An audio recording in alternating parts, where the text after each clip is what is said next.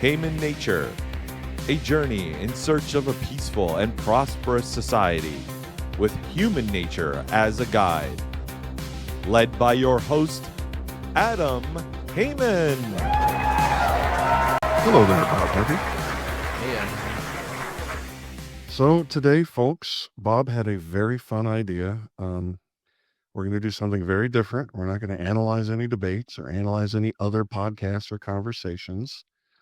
Bob had the great idea that since we're both such experienced and wise fellows, that maybe it would be fun and edifying to the listener or viewer if we just went through and told a few stories, personal stories or work-related stories, something like that, that highlighted some sort of a parable, for lack of a better word, some sort of a lesson, or maybe something that brings up a moral situation for us to chew on or something like that. And I thought Bob, being the genius that he was, had come up with a great idea. So that's what we're going to do today. Yeah. I'm excited to hear your stories. I was bluffing. I don't have any stories. No, I have stories. Should we flip a coin? Who should go first? I think you should go first. Okay. I flipped over here and you lost, so go. Well, how could that process be rigged? Makes sense to me. Biden won too. All right. All of my stories are from the gambling world because although you might suspect that I'm a famous libertarian philosophical writer and podcaster, it's just not true. I'm really just a poker player who's sick of playing anymore and wants to do something different. So all my stories are from casinos. And my first one doesn't even involve me. It involves a buddy of mine who is an expert blackjack player. Blackjack is that casino house game you see in the pit where you've got to try and get cards that add up to 21 but not go over and beat the dealer's hand. And it's very exciting. And there's this thing that professional players can do called counting into the deck, by which you take a look at what cards have been removed. And if the lower valued cards, deuces through sixes, say, get removed, the advantage shifts over to the player because they get paid 3-2 on blackjacks and they can double down. And it just is a known mathematical fact that if the deck contains more face cards and aces than it does, proportionally the little cards, it's player's advantage, and the other way it's the house advantage. So when people say counting cards in Vegas, that's what they mean, counting into a blackjack deck or a shoe of 6 blackjack decks. So my buddy is just real good at that. He's been doing it forever. He practices. He can count 2 games at once. Just keep track in his head, standing between the tables if he needs to. He can count really, really drunk and does this often. And I've checked. He actually can do it. Can I stop you real fast? Yeah. Is the system, because I got a book when we were in high school and it was like the HIOP 2 system. And it was, That's one. Like I think people believe it means like you have to remember every single card that's been played. No. Was it more just like keeping a tally of good versus bad? Yes, you will keep a running count. Just the simplest one you'll come across is counting +1 for all the little cards and -1 for the face cards and aces, and ignoring 7, 8, and 9 because they're kind of neutralish. And then just knowing what that number is and using it in relationship, that's the running count. And then using that compared to the relationship of how many decks are remaining, that gives you the true count. Obviously, if it's a single deck game, the running count is the true count. And if not, you've got to interpolate or multiply or divide or whatever mathematical operation is correct. Do you mind me saying just like 2 more sentences? Sure. Because I think this is good. Like we're trying to give people something they can do with this. So just to make sure they're getting what you're saying there, because that's the thing is like when you see Rain Man or something, you assume, oh yeah, if you are like brainy. Yeah, what he's doing is not what everyone else is right. doing. And so the system, it's like you can be watching it, and then like so the dealer, like their fresh hand or fresh deck, let's say, or shoe, and like he dealing around, it's like he puts out a 3. In your head, you would say +1, and then he puts out a 6, you'd say +2, and then he puts out a 10, and you'd say +1 because you're like subtracting. Correct. Yeah. And so then at any given moment, if the count is positive, that's advantageous to the player. But like Adam's saying, if that's right off the thing, there's 6 or 5.5 decks left. A +3 doesn't really matter. There's half a deck left, and there's and the count is a 5. that's like, whoa, that's really good. So you probably want to bet a lot more going into the next. And that is the thing too. It's not just like it's not so much that it changes the plays you make on given situations. It's just, it's more like, because also too, the dealer, like if you get a 15, you're just going to stay, and maybe the dealer's going to break. You know what I mean? So like if the deck is rich in tens, it can help you all sorts of ways, not just you getting blackjack. Like Exactly. Except in very rare situations, you don't change the way you play the hands, but you do change how much you bet, given what the count is. And the way the casinos could just defeat this is by shuffling up, after every hand. Just to take it in the most ludicrous example, what they do is try and balance shuffling up quick enough that they don't give counters an edge, versus just how much revenue they lose by spending too much time shuffling. Right. So anyway, my buddy's real good at this. He's an absolute expert, and he can count so well. He can even count the blackjack count in a game, and he can also count in a way that would give you an advantage for the side bets. Those carnival-looking side bets that you see. There's a million different iterations. So he's just really good at counting. And so one night he's just stumbling through a casino and he sees a attractive dealer at an empty blackjack table. So he saunters on over and starts to play, and the count starts going up, and he's also winning. And then the count goes up a little bit more, and he just keeps winning. That's kind of rare, because while the little cards are coming out, it's more unlikely that the dealer's going to break, for example, than they can. So anyway, it's a little bit weird. But he keeps winning, and the count keeps going up. And he's such a practiced hand at this that he's not glancing over to the discard rack to make sure he knows exactly how many cards have been removed from consideration to calculate the true count from the running count. He knows. He knows how many cards are gone. He's just got it as instinctual memory. So he keeps going, and the count keeps going up. He's assuming it's a 6-deck shoe, obviously, because most are. And eventually the count just gets up to something goofy. He's like, wow, this is insane. So he looks over to try and get a true count, looks over to the discard rack, and discovers there isn't one. So he looks over to the other side of the dealer where the shoe is that the dealer is grabbing the cards from, and sees a continuous shuffle machine. Oh. So the whole practice of counting becomes moot, because the casino is essentially shuffling after every hand. You're counting into nothing. Which I think is a funny story. And the parable, the moral to the story is, don't assume things. Don't assume that your map of the territory is necessarily accurate. Because otherwise you'll think you're doing great counting into a 6-deck shoe, and nothing of the kind was happening. Oh, I thought you were going to say the moral is don't sit at a table with an attractive dealer because you're not going to be paying attention. It just goes to show finding the nugget of truth in a story is not automatic. It's an art. Okay. Well, since you started out with a quick, I'm trying to remember. There was, because you reminded me of something, and I'm trying to remember now what happened. I sat down at a table.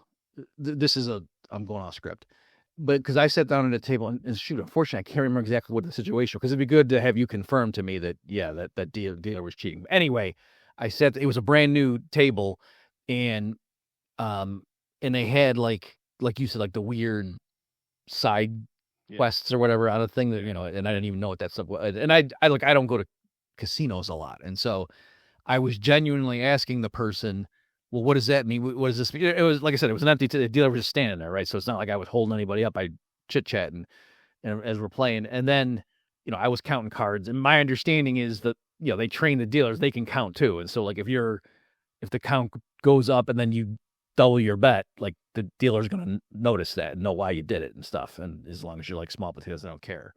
And I, just as an aside, I don't think that's true anymore. I think it was decades ago that they expect the blackjack dealers to be counting along as well. But now I just think the protocol is to inform the pit boss when they see somebody varying their bet.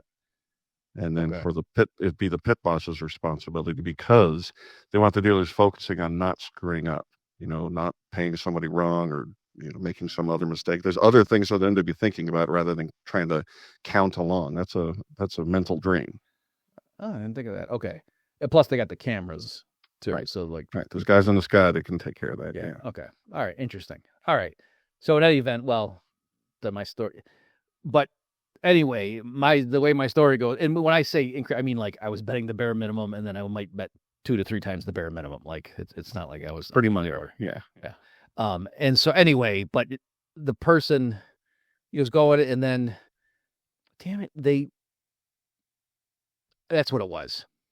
The person had like I'm making these numbers up, but the spirit is correct. So I had 15, the dealer's showing an 8. I hit, I get a 2, so now I got a 17, and the dealer just said 18 and flipped the 10. And I lost, and that wiped me out, and I walked away. And then I was like, walking on the strip like 2 blocks away when it hit me, like, how do they know? He said he had 18 before he flipped that card. What the hell? Anyway, my backstory was that I think he thought I was hustling him by like pretending I didn't know how blackjack worked. Like, well, what does this thing do over here? And then I'm counting cards. And I think he was like, "Oh my God, you can explain me, sir." Yeah. Anyway, that was my ex post rationalization. But anyway, but you see what I'm saying, right? Like 100% is that he said 18 and flipped it. And it wasn't like he had, just for people at home, it's not that he had a 10 and checked to see if it was blackjack and saw it was an 8. No. It was the 8 was up. Yeah, they didn't look for insurance purposes. He just bet it. There is a thing where you'll find a lot of dealers just hate the customers. They just hate them. And it's so obvious in their body language and their temperament and everything. And you'll see, this is especially true. I don't know why, I'm not racist, but little Asian dealers would have this thing where when they've got a situation where it looks like they're going to make a hand, if it's a face card on it, they put it down real fast, like and stop, like they're done. Like, there's no way I need another card here. I've clearly just made the hand that beats you. And then they sort of slump and pull off, when it doesn't come a 10, and then pull off another card. They're just trying to beat you. So are you saying it's conceivable that the guy confident could have flipped a 5 and went, 13, my bad? Yes, it is conceivable. It's more conceivable than that it was cheating, because there really is no incentive to cheat. They're just punching a time card. Well, that's why my extra part of the theory was that because I was asking. And by the way, I was earnestly asking about the other stuff. It wasn't like I was feigning ignorance. I really didn't know what are these boxes over here mean or whatever it was. But that's why I had the backstory, because I had to come up with a rationale for why would he be out to get me. So it's trained well for libertarianism. We should move on, but real quick, one of the funniest things I ever saw when a guy was counting cards. You've seen people that move their lips when they read a book? Mm-hmm. I was once out with a guy, and he was literally moving his lips as he was counting. It was just glaring what he was doing. It was very funny. All right. Okay, so again, these things, folks, we're just going to have rapid fire, things to throw at you, and maybe you'll find some amusing or not. So one that was I don't know if this is silly or whatever, but this was a turning point in my life, because when I was young, I was extremely goody two shoes, such that just to give an example, when my dad's friend, when I was getting my license and was asking, he was kind of like making jokes about, oh yeah, Bob, you're gonna take your mom's car out, and because that was the car I was like learning to drive on, and go 85 on the highway or something. And I was sincerely telling him, no, I'm not ever gonna speed. Like, why would you? There's no reason to. Like, that's what I mean when I actually thought I was never gonna go over 55 or whatever. That's hilarious. So I'm just saying, and then not that long afterwards, I was an anarchist. But so I'm just explaining that, and that's like how I thought the world worked and everything. And so, one turning point or whatever in my development was I was at NYU, grad school, and it was downtown, or not downtown, but it was Manhattan, is West Village. If people are familiar, I was in the dorm, and so we went. I was like at the gym or something, and then I had class, and so I had to go back, and I was I was in the student housing right there in Greenwich Village, and in the dorm I was in was huge. It was like like 2 or 3 city blocks wide. I mean, it was Oh, wow. thousands of people in there. And so I'm come up, and then there's just all these fire trucks and other, fire department vehicles and things, and just dozens of firefighters just standing around doing nothing. And way down, you could see a little bit of smoke or something. You know what? I'm not even sure if I could see smoke. I might be inventing that. But I get in there, and the story was, we think there's a fire in a unit that was like way the heck down. I'm on the ground floor in the lobby of, where I would go up to my room. And my class was like right across, and I had to run up and grab my notes and stuff. Like it would have been tricky for me to go to class without whatever I had to grab. And so I go to, and the firefighters are all standing around doing nothing in the lobby. And I go to use the elevator, and the guy's like, no, come on, there's a fire. He's looking at me like, what the hell's your problem? And I was like, yeah, but I got to go to class. I'm just going to go. The fire's way down there, right? I'm just going to run up. And he just looks at me like, I wanted to take out his mom or something. And so I was like, okay. And I backed off. And then I went around the corner into the stairwell, and I went up to my room, and I go in there, and my roommate is sound asleep in the room. When I woke up, and I said, hey, there's a fire, and, I don't know if you want to leave or just stay here. And he just went back to sleep, and I went. And so, and what did I learn that day? That the people in authority. So anyway, I guess you get the point, but then I'm just saying, like, 8-year-old Bob would have been like, well, no, if the fireman says there's a fire and you can't use, the clear, it's not safe. But yet it wasn't dangerous enough that they bothered to tell people who were asleep in the building to get out. That's my point, in case anyone's missing that. So We have a very firm protocol here, and we're not going to violate it, but it might not really be the best thing for all people. yeah. So Pretty fun. anyway, was I suppose just related. I'll just do another quick one. A totally different thing, but again, just showing my willingness to just trust myself. Say, no, I don't believe this. Is when I went to Haiti, like they had the bad earthquake, and I went down like as part of a Christian. No, actually, it wasn't Christian. The thing I went was secular. And anyway, there were like a lot of people, scamming tourists, or not tourists, but like people from the West that were trying to. Why is Haiti in the West? You know what I'm trying to say. First worlders going there for the relief effort. Yeah. There were people, as soon as you landed, it were just all over trying to get money from you.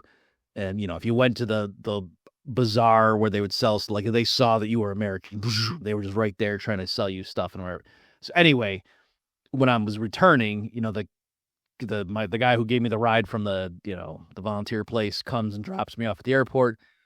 And I go in, and I'm walking to get into the actual airport, and there's a guy with a uniform on of some type standing outside the door, and he says, yes, are you United States? And I said, yeah. And he goes, yes, to get through, it's I don't know if he said custody. He said some kind of official thing of $20. Of course. And I just looked him up, and the guy he was a tall guy. He wasn't muscular, but I mean, he wasn't like some kid. He was a man. And I said, nah, that's okay. And I just walk by. And no thanks. So I'm just saying, like, for some people listening, like, yeah, no kidding. But I'm just saying, for me, that was like, little Bobby Murphy is taking big steps. Because I'm in another country. You know what I mean? Like, well, what if that was wrong and I got arrested or something? You know what I mean? What am I going to do? I'm in Haiti. My phone doesn't even work probably. So wouldn't pay the $20 front door fee. How dare you? Yeah. Okay. All right. Pass the baton back to you. All right. My second story does involve me. Long before I was married, I dated a girl I worked with. We were both prop players at a casino. And a prop player is somebody who is paid an hourly wage by the house to play poker. Your job is to start games shorthanded, and if it looks like another game is about to break up, you got to move over there and jump in and try and save it. So your job is to try and provide a player pool liquidity a little bit for the house. And they'd sometimes pay people just to host particular games, especially if they could find a losing player with a lot of money who would take that job and just show up every day and sort of do what he was going to do anyway. Anyway, so I was a house player. Can you just elaborate a little bit more? Like, does everybody who's playing know that that's what you were, or is there subterfuge, or it's just like, yeah, it's just no subterfuge. I mean, I wasn't wearing a uniform or anything, but it was common knowledge. Okay. Um, And it wasn't just put, hurting anyway. It was just literally the games are more likely to last if there's somebody else in there and you're playing by the rules. And it's not... absolutely. Yeah, I'm playing with my own money. I'm playing by the rules. There's nothing, nobody's cheating or anything. The only thing that might irritate a customer is a prop player who isn't rich is probably, going to be pretty good. If he's going to last in this job, he's probably going to be a winning player. But in the particular casino I was in at that time, about half of the props were losing players, and about half of us were pretty good. And the casino paid you on the side because they knew it helped business to have you there? Yeah, just to help start games, help save games, help create games. Sometimes. Last one is a con. What would they pay you an hourly wage? Like how did that work? Okay. Yeah. And they'd like poach valuable props from other casinos or hosts. Like if one guy was hosting a 40-80 stud game across town and they wanted that game at their place, they'd hire the guy away and just pay him more money per hour. And so he'd come over, and all the people that like to play with him would come over. It's a fairly common thing. So anyway, I'm a young single guy, and I've got this job, and one of my workmates tended to play in the same game I was playing in, 7-card stud high.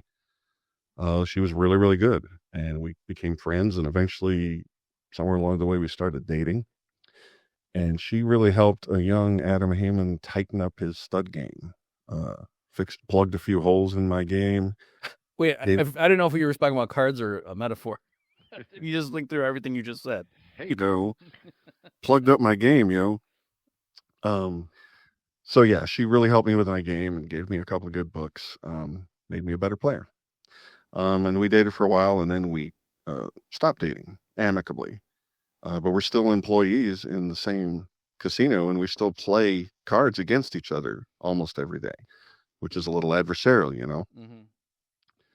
And right after we broke up, she got really unlucky because I would just be holding over her on 3rd Street like all the time. Like if she has on 3rd Street, 2 cards down, 1 card up. She has a pair of queens. I have a pair of kings. She has kings. I had aces.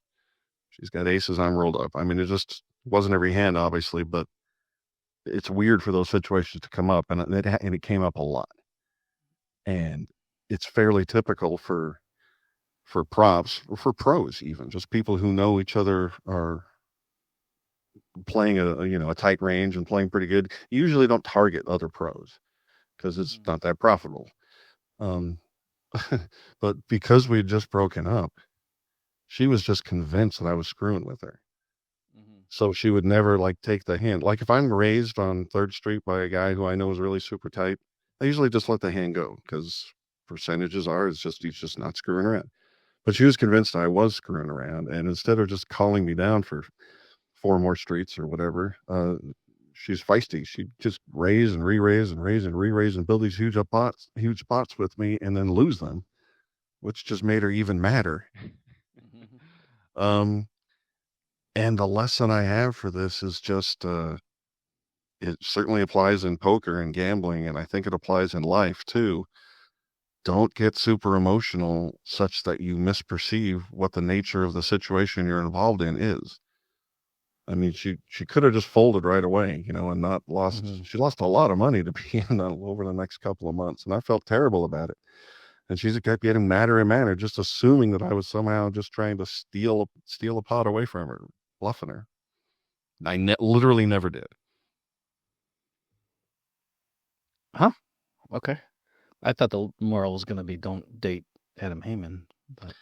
Well, it is an art, and I'm not saying I have the I'm not the oracle here. Maybe you've got the insight on what the moral is. I don't know. I still think people need to go review.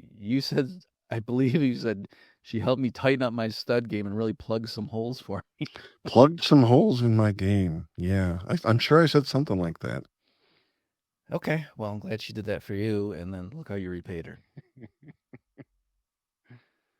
All right. I thought I would just mash together some things from the faculty that I met at NYU, and then maybe the next time it's my turn, I'll talk about some of the students. But again, I'm assuming that this is this isn't something I would tell on Joe Rogan, but for people tuning into this podcast, then they might be interested in these stories. Okay, so one thing that I did notice that is sort of like a, big picture, yes, Aesop's fable kind of thing, is so the way, what would happen is academics, they have a paper they're working on, and if it's, like they're getting ready to submit it somewhere, but usually like maybe right before they do that, they'll go and workshop it. And so, so there's literal workshops around, and you go, present, like go to lunch or something with the faculty, and then you go and, each department has these, they might call it like a brown bag seminar or something. Okay. And then, so they could do it internally with their own faculty, but then some visitor might come in and do it. Okay. And so it would often like get real combative. And there's like famous stories like in Chicago that it was brutal. And like, just how much they would tear each other down and everything like that. Like apparently even like among economics, it's particularly intense. I don't know if there's some other field where it's even worse, but it's not just academia. Like economics apparently is extremely competitive and stuff. So anyway, and there's the story at NYU was that this guy, who was my micro professor, I won't say his name, but he was like legendary. That the story, the lore was that one time this outside guy came in to present his paper, and you get a thing, and he went, he's putting his slides up because this was like on the cusp of PowerPoint, so it was like they still had the transparencies with the overhead projector, and he put up his stuff. He's got his theorem and blah blah blah, and this micro professor at NYU says like, yeah, what you're doing there in line 3, didn't you assume convexity? And so doesn't that not? And the guy looks at his paper and he goes, you're right. I'm very sorry. He just took upstairs and walked away. Oh no. So anyway, that wasn't the story. But apparently that did happen. And like people were, oh my God. So the problem with that, like I noticed, when I'd be going to a lot of these summits, as a grad student, you're supposed to go to these things, and I'd be sitting there watching the interaction. And then after, like in the beginning, when I didn't know anything, and these guys would, yes, and so and so said in their 87 paper and blah blah blah blah, and you don't know, and you're like, oh, okay, yeah, geez, holy, this guy's read everything, damn, And then after a while, as I like read more and more stuff, I started realizing that some of these guys like, no, that's not what they said in their 87 paper, you jackass, you're bluffing, I'd say that, and so over time, and I realized that people had different personalities. And at first I just took everything as just, that's what the guy's personality is. And then also as a separate thing, I began to like I said, I had to get my confidence and get the terrain. And then the more I understood and thought, no, I think I really do understand this issue over here, these papers, this literature. And then I hear these other guys spouting off on it, and I can tell like who knows what they're talking about, who doesn't. And, so I had these independent tracks going on of like the NYU faculty and which guys over time I like, the pecking order, and like, oh yeah, that guy's actually really sharp. And this guy, no, he's bluffing. And then I realized, I had the epiphany that it matched quite well that in the seminars, the guys that I independently had come to the conclusion of that they really didn't know what they weren't very sharp, and they bluffed a lot, and they would, and they would ask stupid questions like, oh, so those are the guys that when someone would come to present, the point was for them to show everyone at the table how smart they were and to try to zing the guy. The other guys who I independently had determined, oh no, these guys, like this guy's D. Like if I have a question on game theory, so I'm going to go hang out in this guy's office and we're going to figure this thing out and that kind of stuff, were the ones that when someone would come to present, they would ask clarifying questions. Like you said that on page 4, but are you assuming that it's a closed set? And okay, I see what you're doing. Have you considered trying that? Okay. That was how they conducted themselves in the seminars. And they were the guys that I thought were super sharp. And so I realized, it's probably not a coincidence. It's probably if you go through life always trying to learn as much as possible from everybody and not assuming that this guy's an idiot at the outset, 20 years into it, when you're, in your 50s or 60s at a, academic institution, you're probably going to be the one that the new grad students say, well, that person really knows what to talk about. Whereas the guys that are, look at this clown, let me show you how much I know, and that they stopped learning when they were 28. I love that story, Bob. Just goes to show it's, these elements of good character, they correlate, they stack. It makes sense that you're going to find a bunch of good things once you find out a guy is good in one element. He's probably carrying that in his personal approach to interactions and whatnot. Yeah. Let me just add a post. Where a post Script. Postscript. I was going to say a post-it. They put a post-it on that just to drive home the point, folks. Is that what happens with me a lot is, and I feel corny saying this, but you know what? There's young kids watching. Gosh darn it! And we have to reach out to them. It's either us or Andrew Tate, and so the like if I'm summarizing something, because that's kind of my shtick. Like I give the air of I've gone and investigated this for you. Let me first summarize it for you and then offer my thoughts.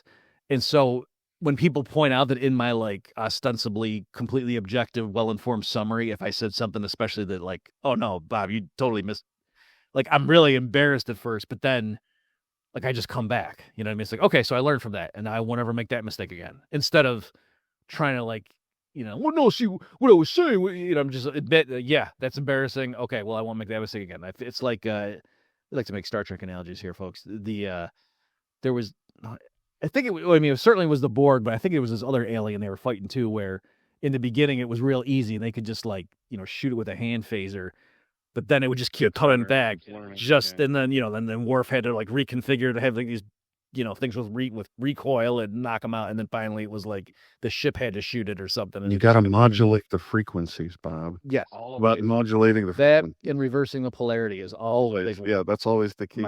My kids watch the Ghostbuster cartoon one, and it's always reverse the polarity. It's always the answer. There's something I want to highlight in that story because again, it's great. There's some wisdom you get from turning from a young person into a middle-aged person or something. You quit feeling like it's a calamity if you're not perfect.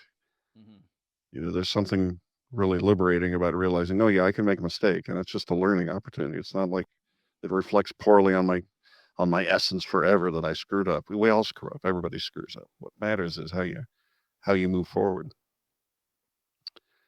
All right, is it time for my last story? It is. All right, I mentioned this is a story from the same place in roughly the same time. I mentioned, and it involves 7-card stud.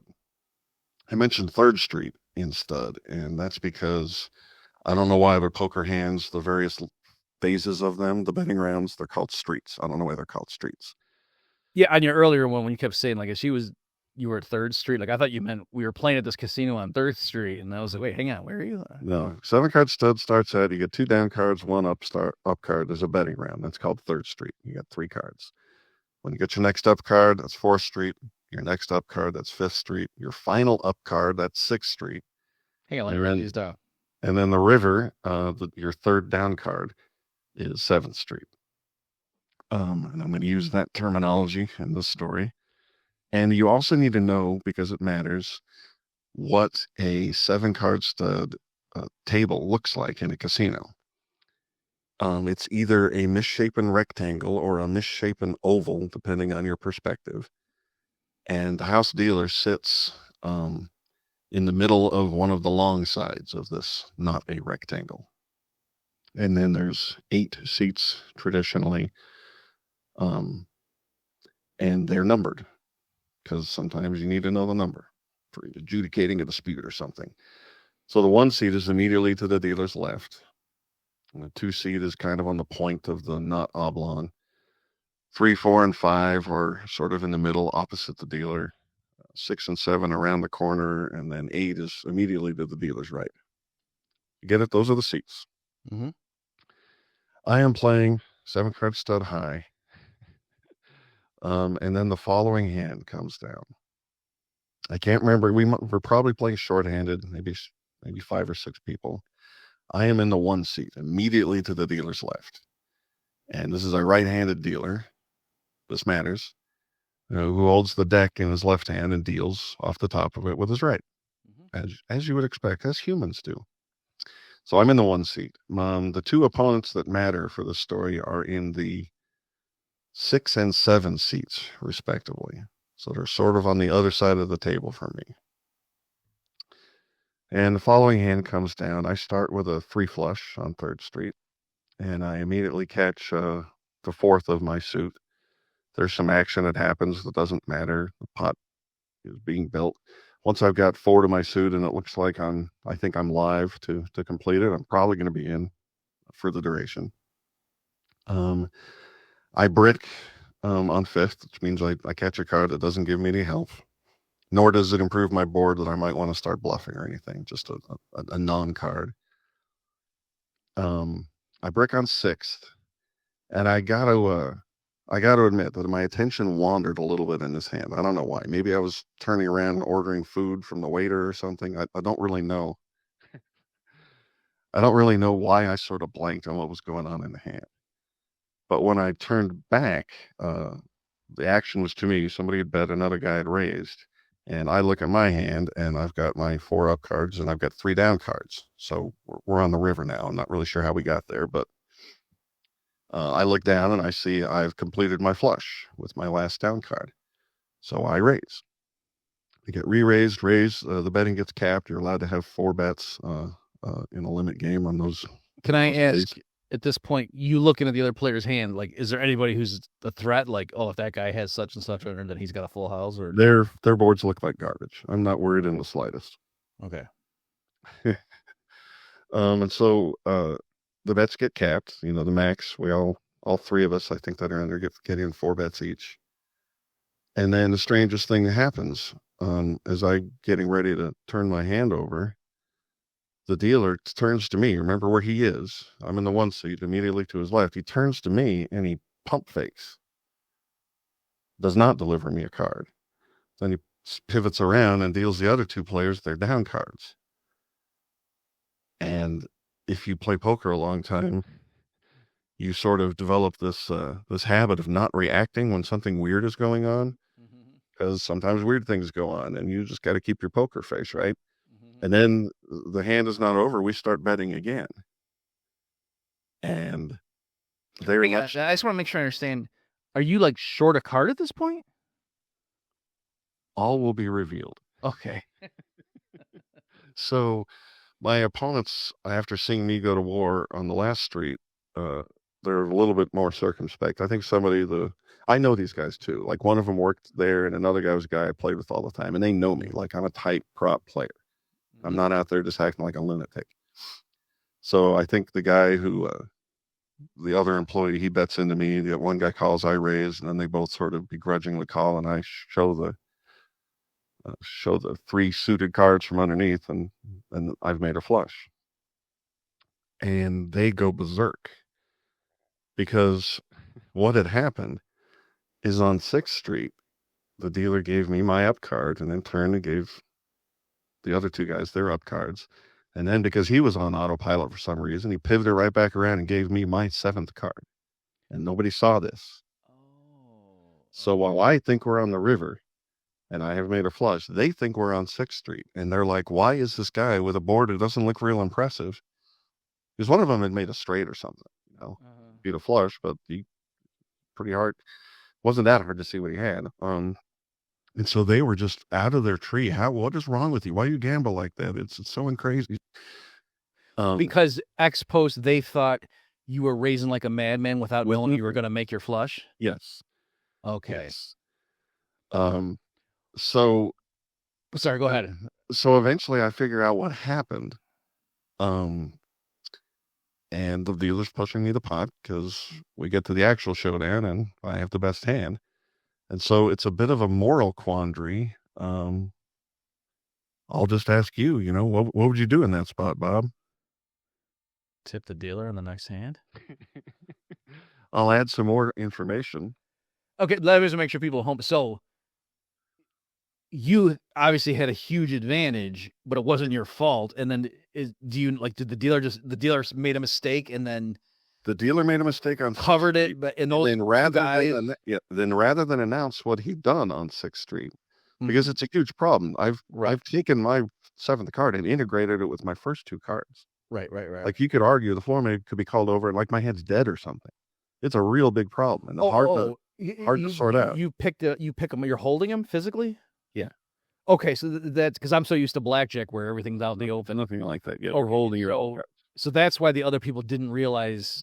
Because that would be my next question is, were they just so not attuned to that possibility that he had done that they didn't notice? But you're saying, well, no, because you're holding the card. So how would they? So this dealer, he decided to do that, and he's one of the best dealers in the joint. He's really good. He also had been going through some stuff. Like, I know he was like real tired that day. He's been going through some weird personal stuff, and it's conceivable that, like, if I'd reported this after the fact that the dealer did what he did, like, the guy could get fired. I mean, he's sort of helping a guy cheat. I mean, that certainly wasn't his intention. He just screwed up, but he didn't, make anybody aware. And I didn't say anything because until we got to the end, very, very end, I didn't know what had happened. It was one of those things. Something weird's going on, but I don't know what it is. That happens all the time in poker where something weird's going on. So, yeah. And yeah, well, when you're sitting on a flush, you're not gonna say, "Hey, now let's get to the bottom of this." Well, remember on 6th Street, I thought we were on the river. I thought they had their cards too, and okay, everyone's got a decent hand. Let's bet. Yeah, so it's weird. I mean, you probably already know. I did nothing. I did tip the guy a bunch, and then we chatted about it later. Because I thought the harm that would have been done from trying to straighten it out would have been worse than just not saying anything.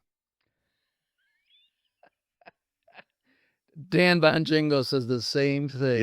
Yep, exactly. So I'm basically covering for Epstein's murder. Yeah, it's like when Larry David, somebody mailed him a check in what is that, Curb Your Enthusiasm? Yeah. And somebody gives him a check and he's talking to his wife or somebody. He's like, yeah. And she's like explaining to him why you can't accept that check or whatever. He's like, oh yeah, absolutely. And then he goes, but their checkbook's going to be all screwed up if I just tear this. So I'll just go deposit it. Yeah, that's right. That's what we do in the favor system. It had ancillary positive benefits too, because this other prop, I mean, we're friendly, we're adversaries. He's one of the guys that got, he got paid basically because he was one of the losing players. He had a whole bunch of money, loved to gamble. And then the other guy was just a regular. But that guy told that story for months afterwards about Crazy Adam and this hand that we played. And so I got extra action because he kept telling that story. Because I'm not out there being a lunatic, If I'm running a bluff, it's a well-constructed one. It's not just me spazzing out on 6th Street with nothing, hoping I get there. So, for the benefit, can you approximate, like, given the information they would have, how reckless would they have thought your behavior was? Like, what were the chance of you catching that, if you get what I'm saying? I mean, they wouldn't have been keeping track of the cards and knowing how live I was. But I mean, I knew I was pretty live, but not so much that I'm going to start building the pot up before I get there. It's crazy. But I mean, am I right in saying you were showing 2? So for the flush, it was 3 in your hand and 2 that were visible. Yeah, my first 2 cards were, I forget what it was, hearts, say. Then I got a club that didn't look like it matched with anything, and then I got a spade that didn't match with anything. And so, yeah, my play on 6th Street is just lunacy. I mean, I didn't even have a pair.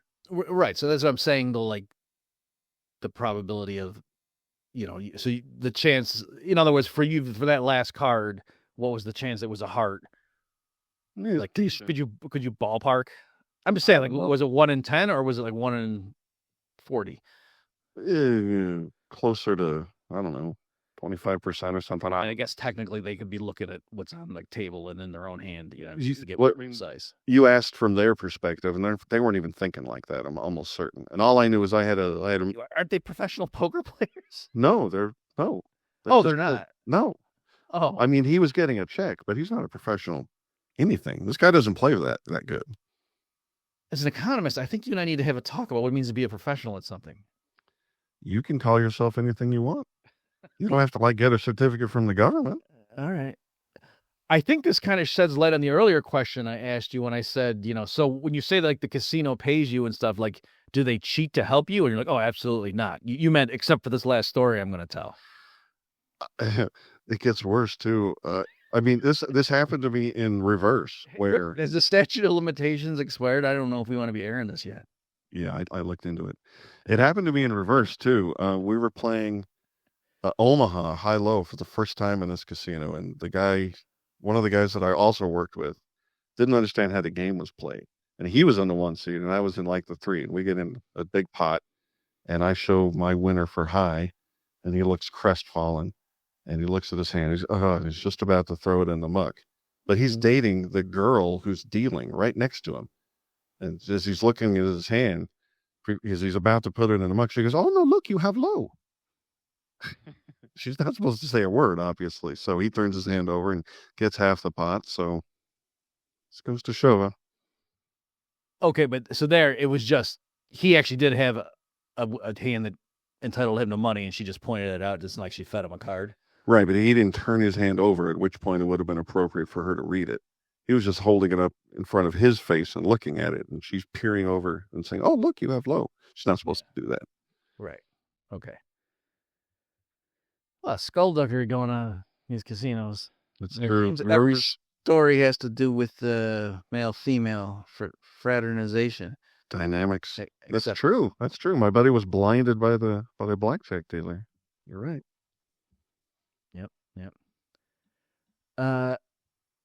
Okay, I had a bunch. Let me just try to figure out which one.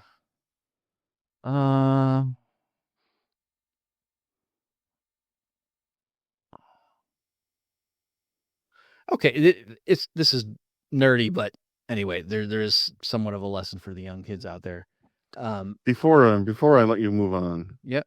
because some smarty pants will probably correct me. If the dealer had caught his mistake right away and not let any more betting happen and called the floor over, I'd said that it was real sticky and like my hand could be declared dead. That's pretty unlikely that would happen.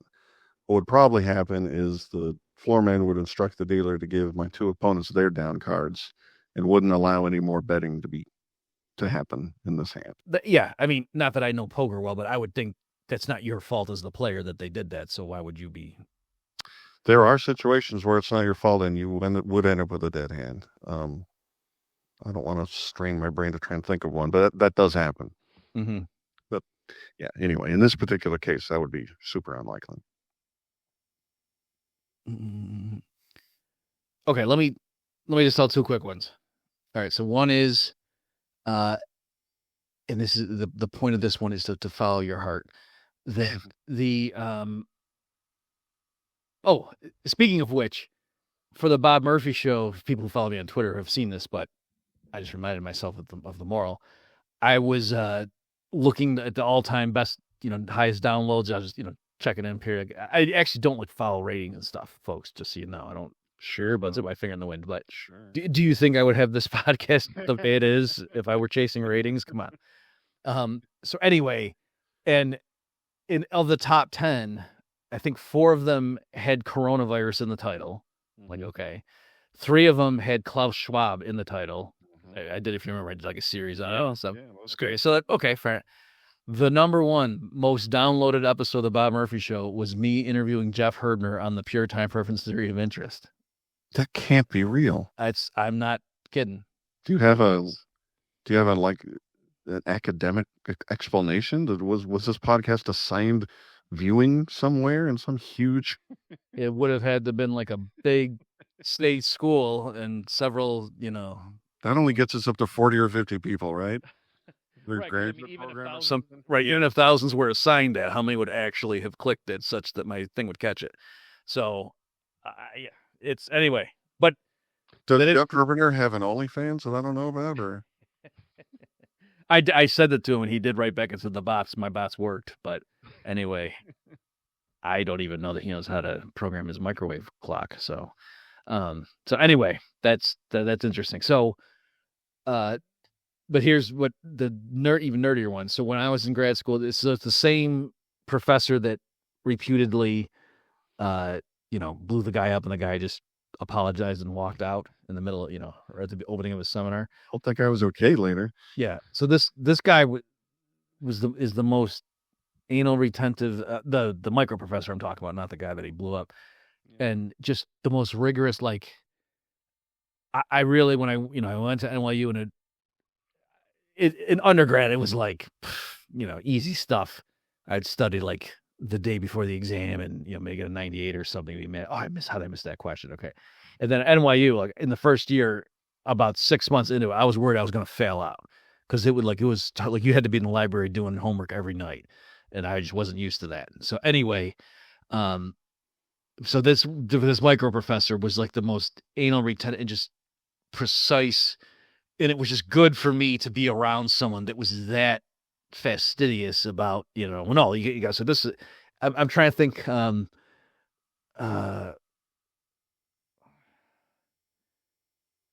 think it was something like, he was talking about measures. I was in his office and he said something, and I was trying to like show that, oh yeah, and I said, yes, it's uncountable. And he went, well, no, there could be uncountable cents that are of measure zero. But anyway, you know what I mean? Like that was the kind of thing, like he would correct little, things you're saying. Anyway, so I just really like, I can't bluff around this guy. This guy's like the real deal. And I was like, for a period, like I thought he was the most rigorous, like academically powerful mind I had ever encountered in my life. I mean, that probably was a true statement at that point. But anyway, where I'm going with this story is, so somebody came to one of these seminars, and this was actually for the Austrian one that was weekly, and the guy it was talking about voting theory, and the point of his paper is he was trying to like motivate and to say like you need to, we Austrians are better than the public choice people about explaining why people vote, because I forget what his own theory was, but to motivate it in the beginning, he said, there's kind of this contradiction within standard public choice theory that, they have all this stuff about the median voter theorem and blah, blah, blah, blah, blah. He listed all these results. And he said, but on the other hand, in a model where, you take the assumptions of neoclassical economics seriously and it's instrumental, and the only reason you want to go vote is because there's a chance you could change the outcome, then in equilibrium, nobody should be voting, or you can't get large voter turnout in equilibrium. I think that's probably the more precise thing he said, right? Because and he said, so I see it's the contradiction there, right? So their models don't work. They kind of forget that when they go and do the other stuff. They just kind of moved on. And I'm just sitting there for the rest of the guy's talk, just like playing with my head, like, no, I think I could build a model where I can get an arbitrarily large. And so the trick is, just real as a quick aside, is so you need some randomization. Like it can't just be that everybody either votes or not, because the deal is, in case people aren't getting it, if the election is decided, it would be stupid if 1 million people voted for one candidate and 1,000,005 people voted for the other guy. That can't be equilibrium, because all the people who voted for the loser should just stay home, right? But then why would 1,000,005 people, 1,000,004 of them would not turn out? Because we don't need to. You only got to win by one, right? And then if the one guy goes to vote, well, that's not equilibrium either, because then 2 people from the other side would go vote. You get what I'm saying? So like that was the deal. And the point was, but you can't the claim he was saying is you can't in equilibrium have large numbers of people voting on both sides. That's impossible. Again, the assumption, folks, being all you care about is just changing the outcome of the election, perhaps probabilistically, and you assume there is some cost of voting. Like you got to take an hour to go stand in line or something, and you don't want to do that. Other things equal. Okay. So anyway, I built up in my head that, I can build, like, get 2 people on one side for one candidate and 1 person on the other, and they randomize, and I can get a Nash equilibrium with just those 3 people voting. Okay. Because they have to be random. In other words, they each flip coins to decide, am I going to go vote or not? Because it can't just be a pure strategy. Otherwise, it'd be like rock, paper, scissors. You would just keep cycling. Okay. And so then once I get that, then I can just keep adding 1 to each side. You know what I mean? So, and then for voting for sure, and those just cancel out. And so if I can do that, and I was just coming up with like, so I did a specific numerical example with utility function just to prove to myself that this can work. And then I was trying to generalize it to make broader and broader statements about, for, utility functions of this form, blah, blah, blah, theorem 1. Okay. So that's how these papers look. Okay. So I'm working on that. And then I go to that micro guy, like, to show him in his office what I'm working on. And for the first 15 minutes, he's telling me it's impossible. And I'm saying, no, that's right here. This is an example. What are you talking about? I'm getting frustrated, and I'm showing him, and then it takes me a good 15. Finally, like he's digging his heels in, and I'm no, and finally, at the end of it, he finally goes, okay. He goes, yeah, but this isn't very interesting result. Like nobody's going to care about that. I think you should go work on something else. And so I walked out there and I was mad. I was thinking, well, this is kind of interesting because you've spent 15 minutes telling me it's impossible. So surely there's something there, right? So I still wrote, I said, screw that. I wrote it up and everything, and I submitted it to a journal. And then I got the referee report back and said, yes, this is a very interesting result, but so-and-so 2 years ago published a more general result. So that's why we reject your submission. And I thought, okay, fair enough. Like, yeah, if somebody else published something that was more general than mine, I'm not adding anything, but at least it's a good idea. Like it's showing, yeah, people do care about this. That's why it got published. So anyway, I learned a lot that day because on the one hand, I was stunned that I'm sitting there with the example and he's telling me this can't be, when I was like, no, it's right here, and then he finally admitted it.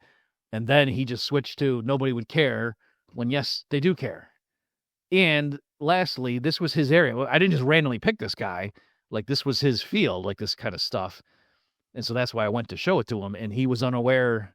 And so I was realizing, like, that just because this guy, it's his field or whatever, he's telling me nobody would care. He was ignorant of a paper that had been published on that. So just kind of, that's anyway. very telling. Very telling. So there was a lot there for folks.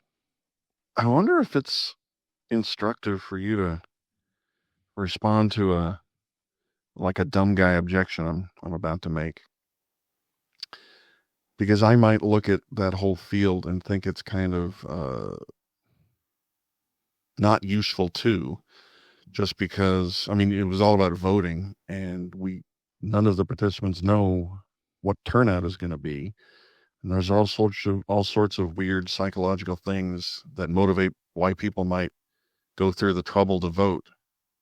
They feel like they're part of a movement. They're really, really mad at the other guy, blah, blah, blah. You've got all these psychological things. So what am I missing that makes this model that's stripped out of all of those, very important attributes? What makes the model useful that I'm just maybe not seeing?